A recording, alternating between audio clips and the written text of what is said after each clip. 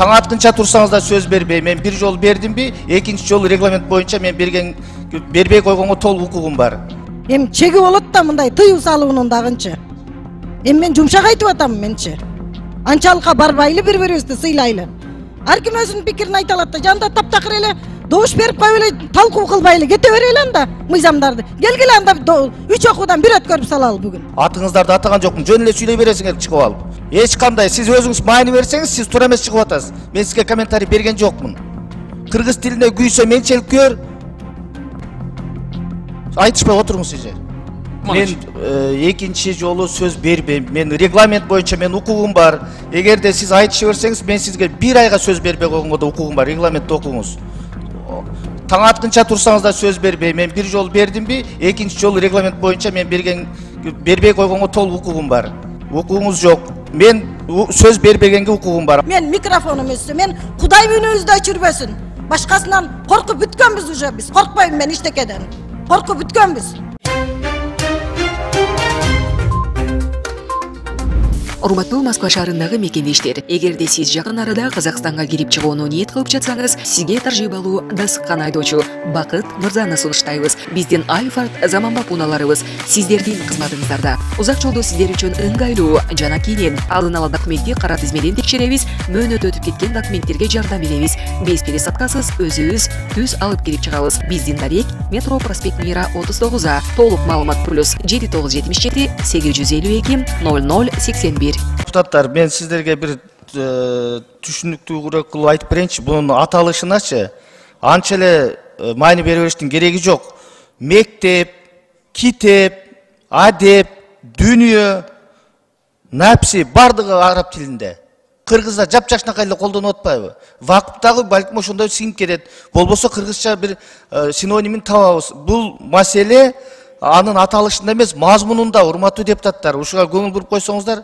Bunun atalışında, o şu mekteptagi, kalemdagi, kiteptagi büt Arapça. Siңип кетет bunun bardığı. Bunun atalışında köp neme kılı verbeyle, жылы vereyli, konsepsiyaсын kabul alıp vereyli, anan oşonun bardığı sunuştardı eski alaylı urmattуу deputatlar. Turabı? Birinci mikrofon.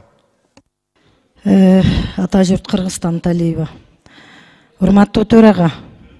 Ар бир депутаттын өзүнүн көз карашы бар да. Сиз антип көз карашына комментарий бергенге укук болбосо керек. Ар бир депутаттын өзүнүн пикири бар да. Биз өзүбүздүн кыргыз тилибиз үчүн баарыбыз күрөшүп келебиз. Сиз дагы, биз дагы. Бирок бул биздин пикирибиз да. Ар ким айткан укугу бар да. Сиз биздин пикирибизге комментарий берип атасыз да. Эми чеги болот да мындай тыюу салуунун дагынчы. Эми мен жумшак айтып атам менчи. Анчалыкка барбайлы бири-бирибизди сыйлайлы. Ар ким өзүнүн пикирин айта алат да, жанда таптакыр эле добуш берип коюп эле талкуу кылбайлы кете берели анда мыйзамдарды. Келгиле анда 3 окуудан 1 өткөрүп салалы бүгүн. Камила Абдыразаковна, биринчиден мен сиздерге комментарий берген жокмун. Атыңыздарды атаган жокмун. Жөн эле сүйлөй бересиңер чыгып алып.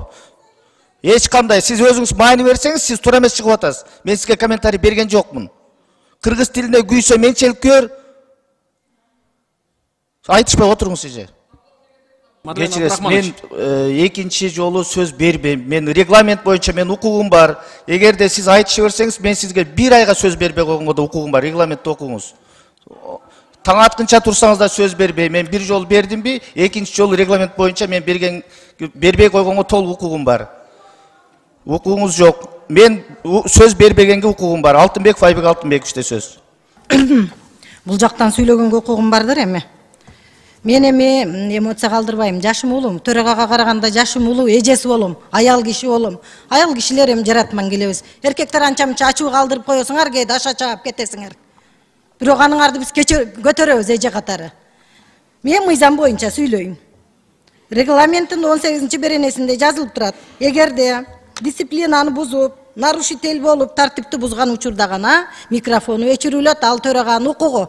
Башка учурда 1 айла өчүрө албайт. Мен регламент менен сүйлөйм. Анан эми өзүңдер ойлосоң башканы шер ойло дейт. Чынында бул мен жумушчу моменттар кандай болот? Мыйзам ушинтип талкууланыш керек да. Жөн эле кабыл ала берсек болбой калбайбы анда? Ошон үчүн жогорку кеңеш. Ошон үчүн талкуу болот. Мен эч ким душман тутуп аткан жерим жок. Мен ошол терминге каршы чыгып атам, албетте каршы чыгып атамын. Ал менин пикирим. Анан мен айтып атсам, терден сөз аты, мен атымды атадың деген да киши жок бул жерде. Биз жалпы жолунан айтып атабыз, төрага. Сиз дагы мындай ачуу калтырбаңыз. Биз бар, сиз барсыз да. Коллектив бар, анан сиз төрагасыз. Мындай кылганыңыз туура эмес болуп калат. Сиздин сөзүңүздү биз эч жерге таштабай макул болуп атпайбызбы? Сиз деле кечирим сурап койсоңуз болот. Бул жерден процедурныйдан бир маселе боюнча 2 жолу чыгып сүйлөгөнгө менин укугум бар. Мен тартипти да бузганым жок, дисциплинаны да бузганым жок. Мыйзамга каршы добуш бериш ал менин пикирим. Мен ошол пикиримди айттым. Вакыф дегенге мен комитетте дагы кайра-кайра каршы чыккан, бүгүн эле каршы чыкканым жок мен. Ушуну жакшынакай кылгыла, биз кыргыз мамлекетинде жашайбыз. Биз өзүбүздүн мыйзамдарга, өзүбүздүн каада салтыбызга, өзүбүздүн маданиятыбызга, өзүбүздүн менталитетибизге туура келсин деген нерсени айткан эмнеси тартип бузгандык? Эгер мен микрофонум өссө, мен Кудай үнүбүздү өчүрбөсүн. Башкасынан коркуп бүткөнбүз уже биз. Коркпойм мен эчтекеден. Коркуп бүткөнбүз. Мен ал возраст курактан да өтүп кеткенмин. Корккон курактан өтүп кеткенмин. Бир гана Кудайдан коркомун. Мыйзамдарыбыз элге иштеш керек. Баары мамлекеттин саясаты үчүн болуш керек деген нерсени айткан эмнеси душмандык, эмнеси дисциплинаны бузгандык. Дисциплина бузулган учурда микрофонду өчүрүп салган укугу бар. Мейли, мен ачуу калтырбайын деп атып, дагы кайра. Эми бул чындык. Мыйзам талкууланыш керек да. Кечирип коесуңар. Мен колдобойм мыйзамды.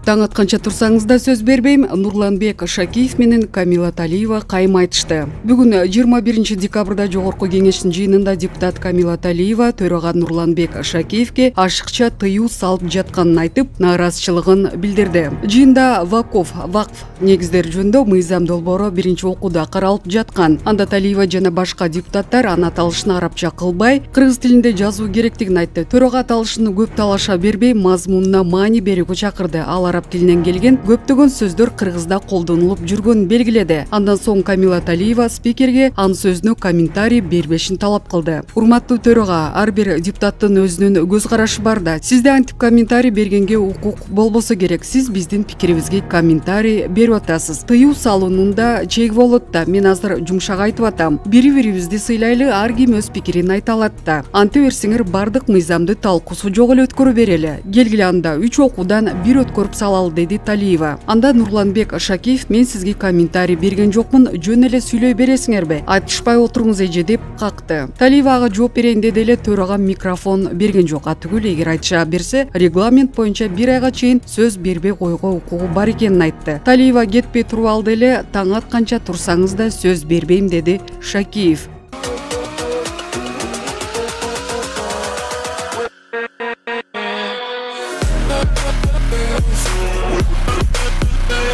We'll be right back.